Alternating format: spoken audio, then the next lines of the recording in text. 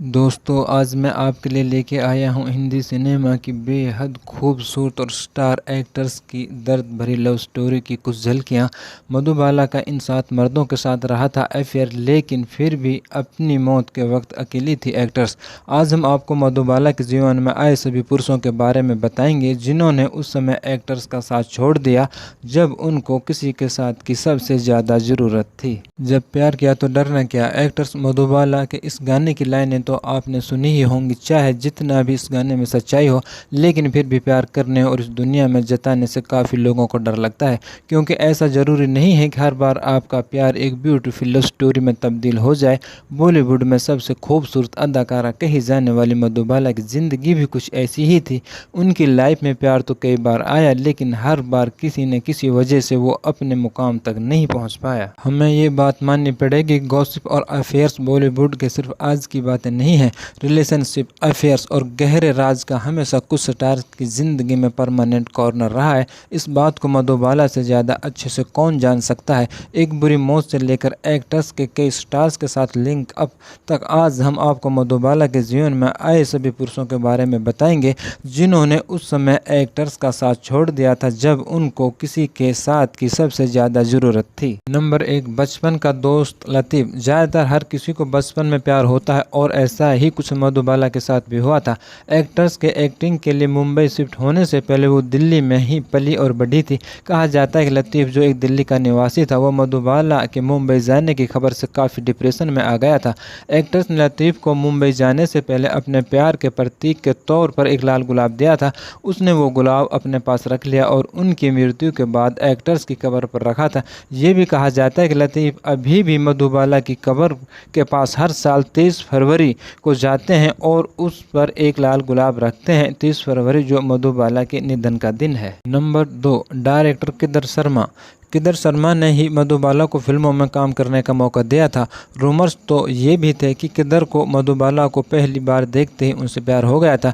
किदर का एक्टर्स के लिए एक तरफा प्यार बढ़ता ही जा रहा था, वहीं मधुबाला के दिल में डायरेक्टर के लिए कोई भी फीलिंग नहीं थी।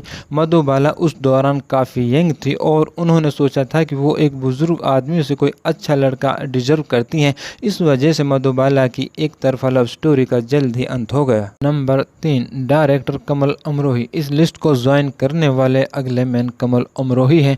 वो उस दौरान की सबसे बड़ी हॉरर मूवी महल के डायरेक्टर थे, जो एक सुपरहिट फिल्म साबित हुई थी। कहा जाता है कि कमल और मधुबाला एक दूसरे के साथ घंटों समय बिताया करते थे। एक रिपोर्ट के अनुसार मधुबाला के पिता ने भी इस रिलेशनशिप को अप्रूव कर दिया था और कहा था, आगे चलकर इन दोनों की शादी हो जाए तो मुझे कोई एतराज़ नहीं है। जब दोनों ने शादी के बंधन में बंधने का फैसला किया, उस दौरान कमल अमरोही पहले से ही शादीशुदा थे, लेकिन मधुबाला को इस बात से इश्यूज थे क्योंकि वो कमल की दूसरी पत्नी कभी नहीं बनना चाहती थी और उन्होंने कमल को अपनी पहली वाइफ व उस दौरान की फेमस एक्टर मीना कुमारी से तलाक लेने को कहा था। कमल ने इस बात से मना कर दिया था और मधुबाला से अपनी पहली वाइफ के साथ एडजस्ट करने के लिए पूछा था।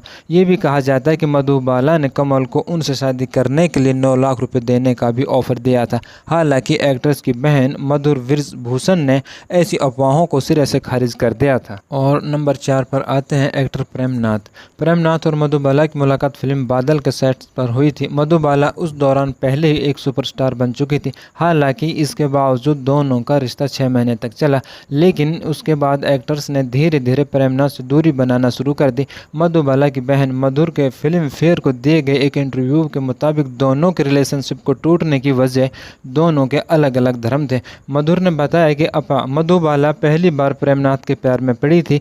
दोनों की रिलेशनशिप 6 महीने तक चली। ये दोनों के अलग अलग धर्म होने की वजह से टूट गई। प्रेमनाथ ने मधुबाला को धर्म बदलने के लिए कहा था और उन्होंने इसके लिए मना कर दिया था। और अब नंबर 5 पर आते हैं हिंदी सिनेमा के सुपरस्टार दिलीप कुमार। दिलीप कुमार और मधुबाला की लव स्टोरी का दौर सबसे चर्चित था और आज भी याद किया जाता है।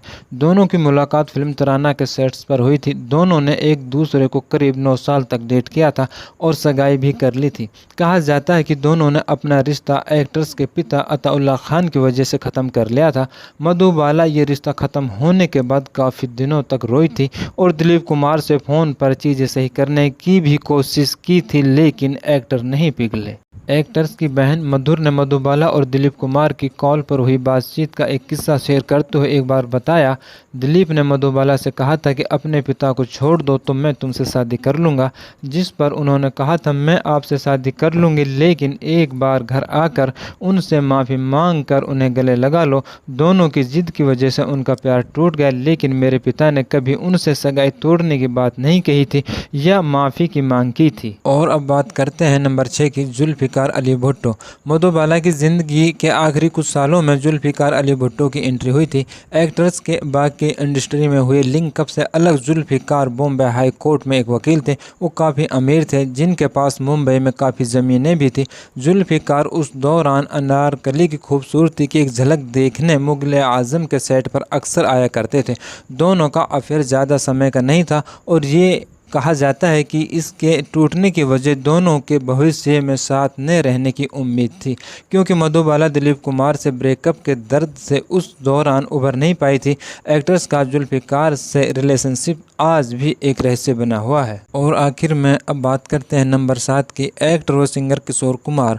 वो मधुबाला की ज़िंदगी के कुछ आखिरी साल थे जब मधुबाला अपनी ज़िंदगी में अस्थिर रिश्तों से परेशान हो गई थी।